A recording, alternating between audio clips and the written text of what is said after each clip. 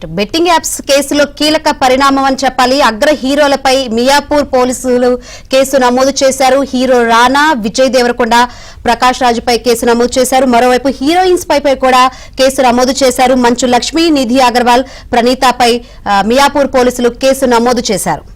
Right, మరిన్ని వివరాలు అందించేందుకు మా ప్రతినిధి ప్రవీణ్ సిద్ధంగా ఉన్నారు.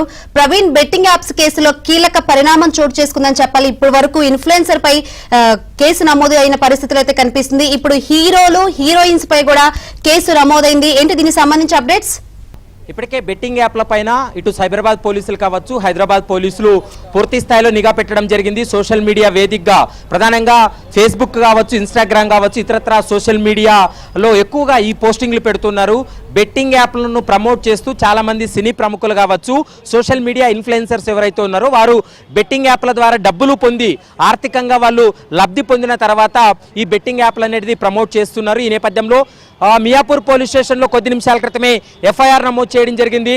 ముఖ్యంగా ఇందులో సినీ ప్రముఖుల పాత్ర ఉందనేటువంటి అంశాన్ని కూడా గుర్తించడం జరిగింది.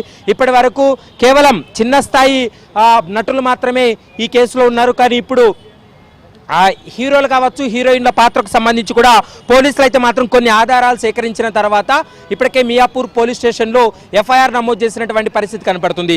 ఇందులో దగ్గుబాటి రానా, మరోవైపు ప్రకాష్ రాజ్, విజయ్ దేవరకొండపై కూడా మియాపూర్ పోలీసులు కేసు నమోదు చేశారు. గతంలో వీళ్ళు కూడా సోషల్ మీడియాలో బెట్టింగ్ యాప్లను ప్రమోట్ చేసినటువంటి వారిలో వీళ్ళ పాత్ర ఉందనేటువంటి అంశాన్ని కూడా గుర్తించడం జరిగింది. సోషల్ మీడియాలో అప్లోడ్ అయినటువంటి పోస్టింగ్లు ఏవైతే ఉన్నాయో వాటిని ఆధారంగా చేసుకుని ప్రస్తుతం మియాపూర్ పోలీసులు కూడా విచారణ జరుపుతున్నారు. మరోవైపు హీరోయిన్లు ఇప్పటికే నిధి అగర్వాల్ కావచ్చు, తర్వాత